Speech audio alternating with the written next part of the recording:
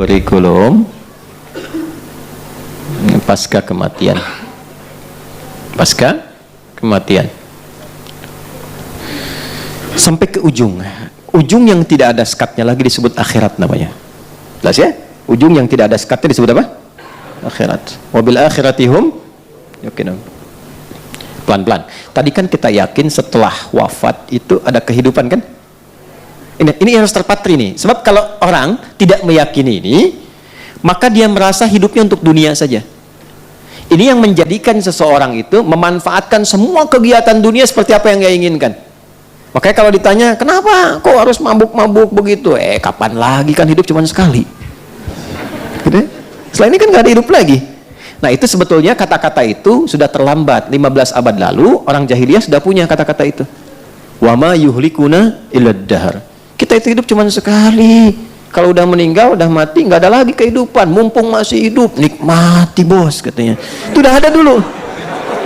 Kalau ada yang begitu, jahiliyah tuh, ya terlambat dia. Ya barangkali nasabnya Abu Jahal tuh dari atas tuh.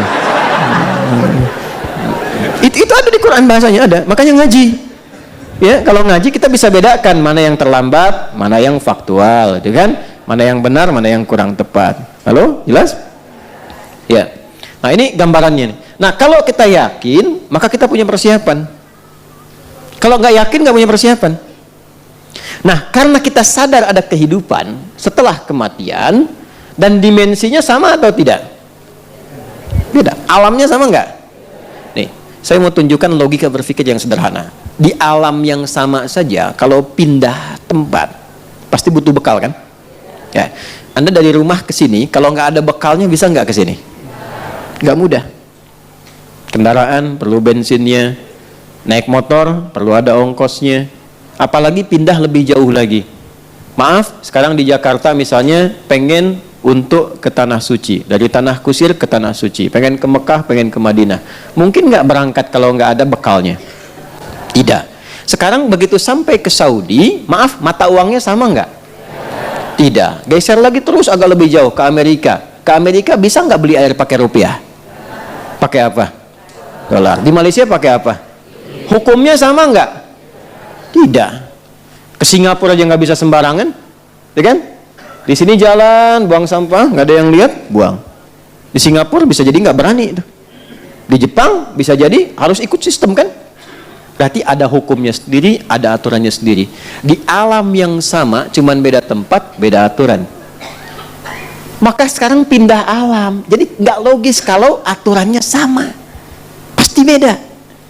Karena itu saat pindah alam, yang dibawa pun dunia itu akan ditinggalkan, nggak ada yang dibawa. Karena kan judulnya meninggalkan dunia kan? Dan hebatnya diumumkan di speaker di toa-toa. Assalamualaikum warahmatullahi wabarakatuh. Inna lillahi wa inna ilaihi, telah meninggal. Nah, meninggal dunia itu maksudnya meninggalkan dunia seutuhnya. Jadi semua hukum-hukum dunia termasuk di dalamnya, dan bekal-bekal dunia nggak akan dibawa. Ya, Anda sekarang mau kerja sekeras-kerasnya, berangkat gelap, pulang gelap, macam-macam, kumpulkan harta, dapat mobil banyak, rumahnya luas dan mewah. Begitu masuk ke alam kubur, mobilnya ikut nggak? Handphonenya ikut.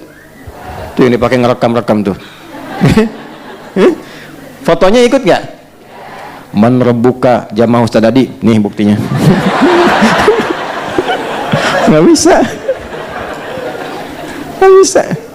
Mama nanti kalau masuk ke alam kubur, tolong handphonenya dikuburin tapi setelin morotal dulu ya. Pulsanya kirimin tiap pekan. Nggak bisa tetap. Nggak ada yang masuk. Bajunya sama nggak dengan sekarang? Ganti. Anda mau kumpulin pun banyak sampai puluhan ratusan, tetap yang dipakai beda. Dan hilang semua. Begitu dipaksa dimasukkan, rusak. Hancur. Karena bukan tempatnya. Bukan fasilitasnya. Bukan hukumnya. Pindah tempat, maka pindah hukum. Beda aktivitas, beda perbekalan. Sekarang pindahnya beda alam. Kita masuk ke alam pasca kematian, pasca kehidupan dunia, masuk ke alam kubur. Belum ke akhirat, ya baru dikubur. Karena beda alamnya, alam dunia dengan kubur sudah beda hukumnya. Silahkan cek di buku, di kitab mana ada keterangan tentang kubur. Di Islam lengkap. Afala ya'lamu idza bu'thira ma fil kubur. Tahu nggak ketika nanti dikubur sampai bangkit itu bagaimana kehidupannya? Maka turun ketentuan-ketentuan supaya disiapkan sebelum masuk. Jadi sebelum masuk kita sudah punya bekal. Itu indahnya dalam Islam. Terjadi sudah siap, nggak kejadian nggak ada ruginya. Itu jawabannya bagi orang yang nggak yakin dengan alam kubur. Nah, saya nggak ada masalah kok. Kalau nggak kejadian ya nggak apa-apa, nggak ada ruginya bagi saya. Tapi kalau kejadian situ yang rugi. Ya kan?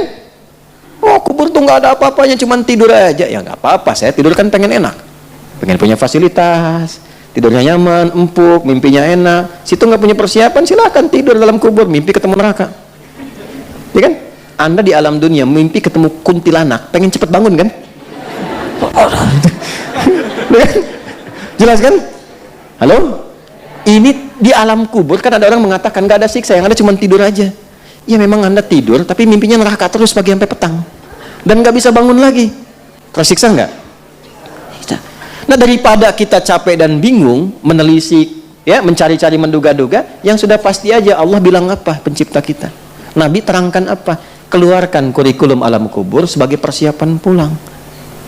Dan indahnya dalam Islam itu terintegrasi dengan kegiatan dunia dalam bentuk amal soleh tadi. Sholat kan kita kerjakan kan? Apa manfaat sholat untuk dunia? Menjadikan kita menjadi lebih baik. Inna sholata tanha 'anil fahsya wal munkar. Apa manfaat untuk kematian? Dalam sholat ada tumakninah namanya, melatih ketenangan. Tumakninah itu dari bahasa itma'anna yatma'innu, melatih jiwa untuk tenang. Jiwa bahasa Arabnya nafas. Jiwa yang dilatih tenang maka punya sifat jiwa yang tenang. Dalam bahasa Arab disebut nafsul mutmainnah. Nah, latihan sholat kita tumakninah ruku, tumakninah dalam sujud, membentuk nafas mutmainnah. Apa manfaat nafas mutmainnah untuk pulang? Saat maut itu dicabut, maka dampaknya lahir ketenangan dalam jiwa. Itu yang dimaksud ya ayyatuhan nafsul. Bagaimana nafsul mutmainnah muncul? Tumakninah. Kapan munculnya? Dalam ibadah. Jadi ketika sholat diberikan ketenangan untuk pulang, cara pulangnya. Di alam kubur dapat kebaikan. Anda ayah, ibu berjuang merawat anak dengan baik saat mengandung, ya, jaga yang halalnya masuk, yang haram mesti keluar, bacain Quran, dekatkan dengan Allah sejak dalam kandungan, begitu lahir dirawat-rawat, tiba Anda meninggal misalnya dalam perawatan yang baik, itu jihad, Bu. Tahu apa yang terjadi? Orang-orang yang mendedikasikan hidupnya untuk mengabdi kepada Allah, padahal kan normal sebagai seorang ibu merawat kan? Normal kan? Merawat, memberikan yang baik, gizi yang baik, tapi dia niatkan karena Allah. Itu begitu dia wafat, langsung turun kandungan ayat tentang fi sabilillah. Wala tahsabanna alladziina qutilu fi sabilillahi amwata bal ahya'un 'inda rabbihim yurzaqun. Orang-orang yang mendedikasikan hidupnya untuk beribadah kepada Allah, berjuang di jalan Allah, jangan dikira wafat begitu saja. Di alam kubur kami berikan kehidupan yang lebih megah dengan nikmat yang berlimpah. Dan perjuangan itu jangan selalu digambarkan kepada jihad militer. Itu ketika ada tuntutan, ketika nggak ada, keluarkan. Makanya belajar. Apa kurikulumnya menjadi jihad? Perjuangan yang baik karena Allah. Antum tafaqquh fiddin, belajar. Lakukan karena Allah. Ya, dalam Islam itu belajar, apapun yang dipelajari, tujuan akhirnya mengenal Allah. Antum pintar sepintar-pintarnya jadi profesor, nggak kenal Allah, nggak disebut pintar dalam Quran.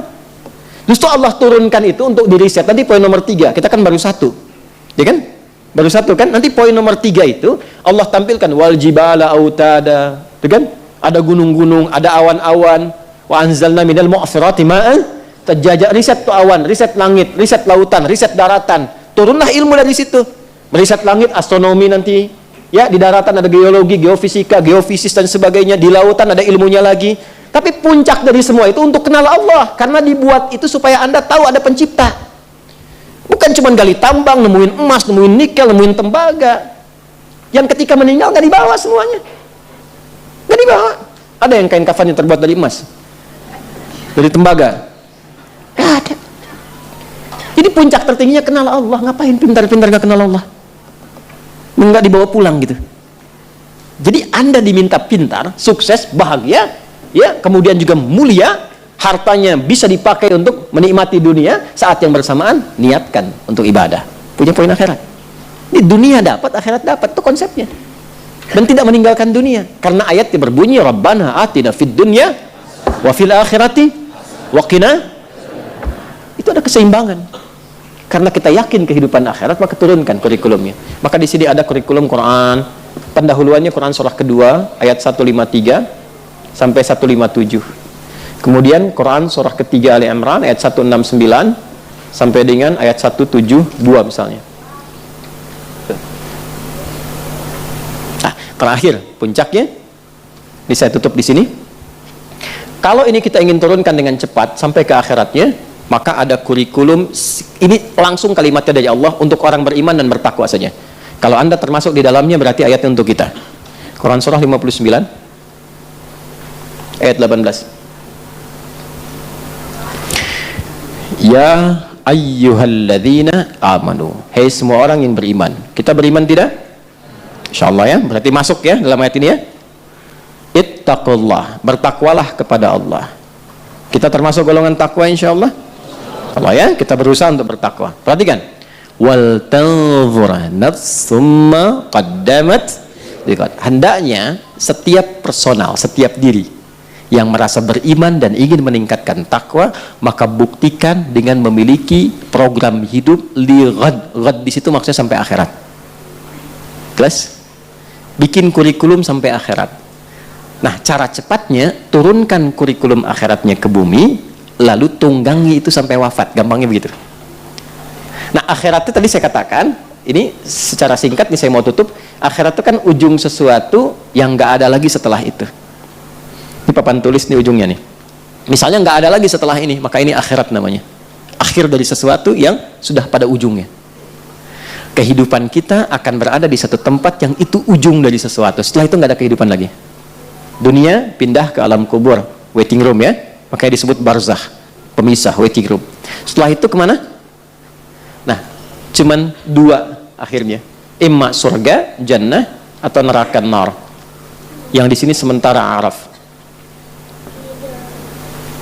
Orang cerdas, orang sehat pengen kemana? Enggak.